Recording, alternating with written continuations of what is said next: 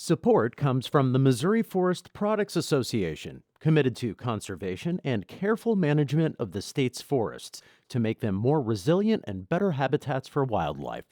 ChooseWood.com. It's Monday, April 25th. This is The Gateway. I'm Wayne Pratt. There's a trend in social media that's leading to a new form of cyberbullying among high school students. Anonymous Instagram accounts allow people to post pictures of their peers parking badly or sleeping. And as for sleeping pages and things like that, a lot of these things are, they're asleep. They don't know that you're taking a picture of them. We'll learn about a new form of cyberbullying in just a few minutes. The nonprofit Missouri Foundation for Health this week launches a public service campaign designed to reduce gun-related suicides in the state. St. Louis Public Radio's Sarah Fenton reports.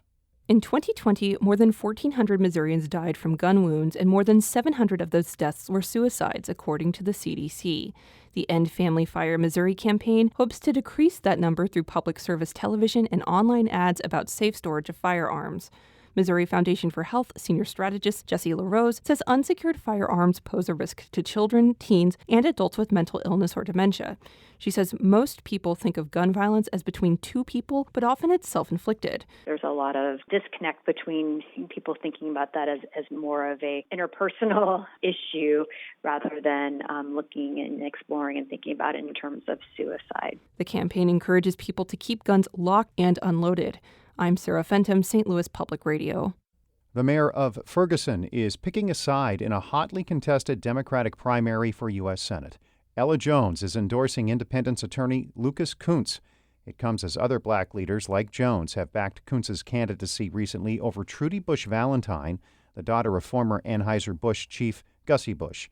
Valentine will likely be able to spend lots of her own money on television ads, so the Jones endorsement could help Kuntz in North St. Louis County, which has the largest population of black voters in Missouri. Democrats go to the polls in that Senate race on August 2nd. Members of the University of Missouri Board of Curators collectively hold 11 degrees from Columbia and none from the other three campuses.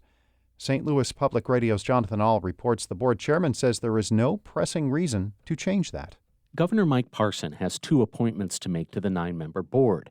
Board Chair Darrell Chapman says Mizzou graduates do a good job of representing UMSL, UMKC, and Missouri S&T, and it's not necessary for a graduate of any of those campuses to be on the board. So I don't think that that is a criteria that I would say that the governor, that would be decisive in his decision-making. And at the same time, I would say, too, that it's the governor's prerogative. Chapman says anyone that can't represent the needs of all of the campuses shouldn't be on the board. A spokesperson for the governor did not immediately respond to a request for comment. In Rolla, I'm Jonathan Ahl, St. Louis Public Radio. Illinois has more lead service pipes than any other state in the country, and it's set to receive more than $105 million this year in federal money to help replace them. Mawa Iqbal has more. The Illinois EPA estimates that over 1 million pipes need to be replaced.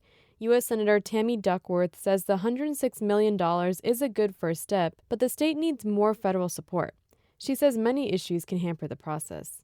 Things like building codes, land easements, ownership requirements, financing restrictions. Duckworth is also proposing the Drinking Water and Wastewater Infrastructure Act. It would allocate $35 billion for water development projects across the country. I'm Mawa Iqbal. Fertilizer prices have been rising for the last year. That's a problem for farmers who still need nutrients in the ground and are wondering how they will break even. Some are looking to an old solution, manure. It offers many of the same benefits as a synthetic fertilizer at a fraction of the cost. Andy Schulting is the president of the manure brokerage Nutrient Advisors. For a lot of farmers that are interested in manure fertilizer, this may be the first time they've ever used it. Manure is really the smorgasbord of nutrients. We're not buying just nitrogen or just phosphorus. We're buying a whole package or a multivitamin for our crops. He says demand for manure is breaking records.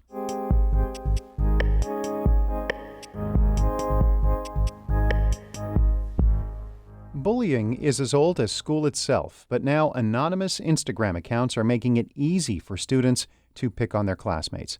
St. Louis Public Radio's Lily Holleran reports current bullying policies are making it difficult for some Missouri schools to react to social media trends, often leaving students on their own.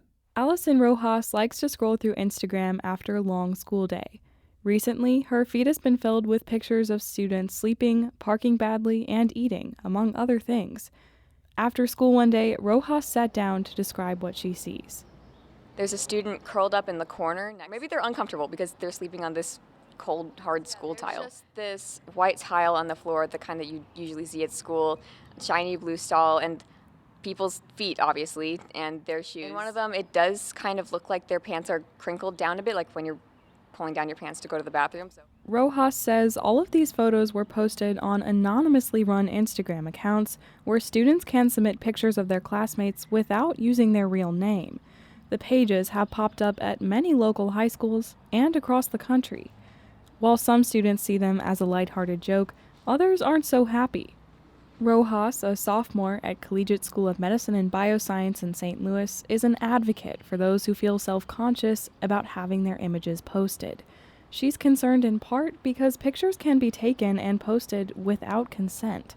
I don't see any way of that being more innocent or wholesome because already people can be self-conscious going to the bathroom, and things like taking pictures without people knowing in the bathroom as they're going to the bathroom is just too far. And as for sleeping pages and things like that, a lot of these things are, they're asleep. They don't know that you're taking a picture of them. Many of the Instagram account owners say they'll take down a photo if requested, but Rojas says posts spread so quickly that isn't always enough. Students could turn to their student handbook for help, but it might not do any good. Many Missouri school districts model their bullying policies off of Missouri law, which uses a 2007 definition for cyberbullying, a definition that makes no mention of social media. It's absolutely outdated, and it will continue to be outdated. Tina Meyer is the CEO of the Megan Meyer Foundation, an organization which she founded in 2007 after her daughter died by suicide from being bullied online. Meyer says even with an updated policy, school districts are limited in their ability to address cyberbullying. Sometimes if it happens outside of school, on a weekend, it's not school-owned technology, then they don't really have a legal right to be able to get involved.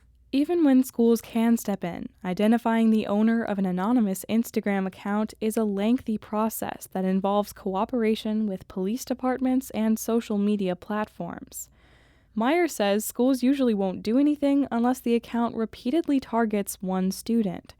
So what can be done to protect the students who were just trying to catch a bit of shut-eye? Megan Marietta, St. Louis Public Schools Manager of Social Work Services, says schools need to provide better support for students before bullying takes place. We're really great at reacting. We have a lot of systems and processes in place for once something has happened, but how can we get out in front of that? In a written statement, St. Louis Public Schools says the district has no intention of updating its bullying policy, but hopes to roll out a bully prevention education plan this fall. Some schools have taken action.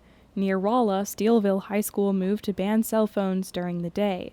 But Marietta says restricting all uses of technology may not be the answer. Not all social media is bad, and I think that's really important to remember too, that for many of our students it did give them a connection to others, especially during the pandemic.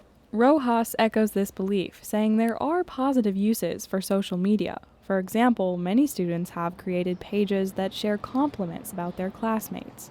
So this one says that this student always helps me feel better when I am sad and helps me study and do my homework. But yeah, I think positivity pages like that, when they're directly trying to make that effort to just be nice to people, those definitely are like a better way to use social media. Rojas thinks with help from schools, students can be taught to use social media for its best purposes without the negativity. I'm Lily Halloran, St. Louis Public Radio.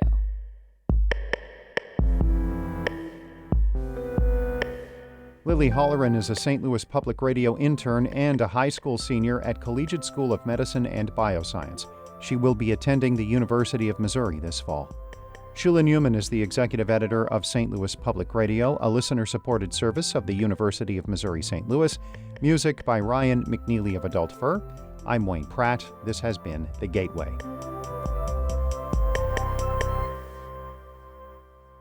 Support comes from the Missouri Forest Products Association. Missouri produces wood pallets, railroad ties, white oak barrels, hardwood floors, and more. Details on the variety of products made in the state are at choosewood.com.